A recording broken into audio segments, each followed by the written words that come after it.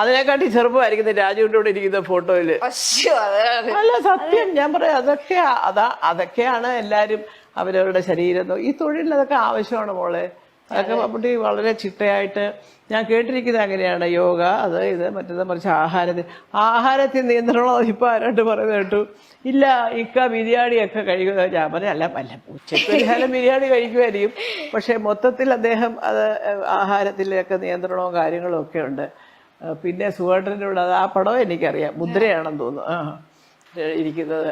ഇവർ വലിയ അടുപ്പക്കാരാണ്. സുഹേട്ടൻ വലിയ കാര്യം മമ്മൂട്ടി എപ്പോഴും പറയും, എൻ്റെ കൂട്ടാ നാക്കെടുത്ത് വെച്ച് വളച്ച് വല്ലതൊക്കെ പറഞ്ഞു കഴിഞ്ഞ് കുറച്ച് കഴിയുമ്പോഴത്തേക്കും പാവം താനെ വിളിച്ച് അതിനകത്തൊരു സോറി പറയുകയും ചെയ്തത്. മമ്മൂട്ടിക്ക് ഇപ്പം ഇത് വെച്ചാൽ അങ്ങനെ അങ്ങോട്ട് എല്ലാവരുടെ അടുത്തും എന്നുള്ളതല്ല, അത് എന്തെങ്കിലും മമ്മൂട്ടി അങ്ങനെ വേണ്ടായിരുന്നു തോന്നിയാൽ മമ്മൂട്ടി അപ്പം തിരുത്തും. അതൊരു വലിയ ക്വാളിറ്റിയാണ്. പലർക്കും അത് ആ ഈഗോ സമ്മതിക്കില്ല തിരുത്താൻ. അതെല്ലാവരും കണ്ടുപഠിക്കണം. ഇളം തലമുറയൊക്കെ കണ്ടുപഠിക്കേണ്ട. സോറി കേട്ടാ എനിക്കൊരു ചെറിയ മിസ്റ്റേക്ക് പറ്റി എന്ന് പറയാന്ന് പറയുന്നത് ഒരു മഹാകാര്യമാണ്. ഞാൻ അങ്ങനത്തെ ഒരാളാണ്. ഒന്നും വിചാരിക്കില്ലേ അറിയാതെ ഇങ്ങനെ ഒരു സംഭവം എന്ന് വിചാരിക്കുന്നില്ല. എനിക്ക് നമ്മൾ ചെയ്തത് ഏറ്റു പറഞ്ഞ് തിരുത്താനെന്നില്ല നാണം കിടുന്നത്, അതിനൊന്നും ആവശ്യമൊന്നുമില്ല. ഈസ് എ ഗ്രേറ്റ് പേഴ്സണാലിറ്റി, പറയാതിരിക്കാം. ഇപ്പൊ സംസാരിക്കുമ്പോ തന്നെ ഓരോരുത്തർ ഇങ്ങനെ ഇമിറ്റേറ്റ് ചെയ്യുന്ന പോലെ. അപ്പൊ മിമിക്രി പഠിച്ചിട്ടുണ്ടോ ശരിക്കും? അയ്യോ എനിക്ക് ഞാൻ പോട്ടെ, മിമിക്രി പഠിച്ചിട്ടുണ്ടോ?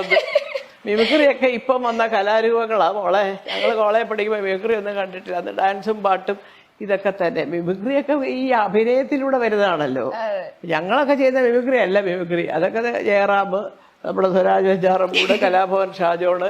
ഓക്കെ, രാജേട്ടനായാലും ഭയങ്കര എന്താ പറയാ, ഞാനേ ഇത്ര വർഷം കഴിഞ്ഞ് കഴിഞ്ഞാൽ ഇങ്ങനെയൊക്കെ ആയിരിക്കും ചെയ്യാൻ പോകുന്നുണ്ടാവുക. അങ്ങനെ ഭയങ്കര പ്രിഡിക്റ്റ് ചെയ്യുന്നു. അതുപോലെ തന്നെ വെൽ പ്ലാൻ ചെയ്തിട്ട് കാര്യങ്ങൾ ചെയ്യുന്നു. അത് രാജുവിന്റെ ഒരു ഇന്റർവ്യൂ കാണിക്കാറുണ്ട്. ഇപ്പൊ ഇതിനകത്തൊരു മുഖാമുഖം പോലൊരു പരിപാടിക്കകത്ത് ഞാൻ 20 വർഷം കഴിയുമ്പോൾ മലയാള സിനിമയുടെ ഈ പറഞ്ഞ ഒരു ബ്രാൻഡ് അംബാസഡർ പോലെ എനിക്കാവണം, മറ്റു ഭാഷകളിൽ അഭിനയിക്കണം, നല്ല ചിത്രങ്ങൾ നിർമ്മിക്കണം, ഏതാണ്ട് അവൻ പറഞ്ഞ എല്ലാ കാര്യങ്ങളും ഇപ്പം അവൻ ചെയ്തു. അതുകൊണ്ടുള്ള ഈ ചില ട്രോളുകളാണ് ഈ വരുന്നത്. ഈ ശത്രുത പറഞ്ഞിട്ട് ഈ ശത്രുക്കൾക്ക് കരയാൻ വേദിയില്ലാതെ വരുമ്പോൾ ഇങ്ങനെയും കരയും.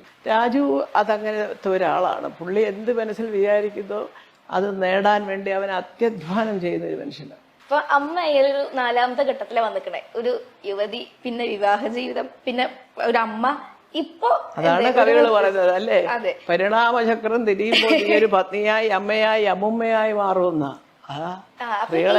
4 ഘട്ടത്തിലെ ഏറ്റവും എനിക്ക് പ്രിയപ്പെട്ട ഒരു കാലഘട്ടം ഇതായിരുന്നു എന്ന് പറഞ്ഞിട്ടുണ്ടെങ്കിൽ അത് അമ്മൂമ്മയായിട്ട് ഇപ്പൊ ഇരിക്കുന്നതാണ്. അതെന്താ എന്റെ കൊച്ചുമക്കളെ, എന്റെ മക്കളെ തന്നെ പറഞ്ഞ അവര് പറയാം, ഡാഡാ don't tell that, no she's അച്ഛമ്മ, no she can say that. മക്കള് തിരുത്തും. എന്റെ കൊച്ചുമക്കൾ എന്റെ മക്കളെ തിരുത്തും.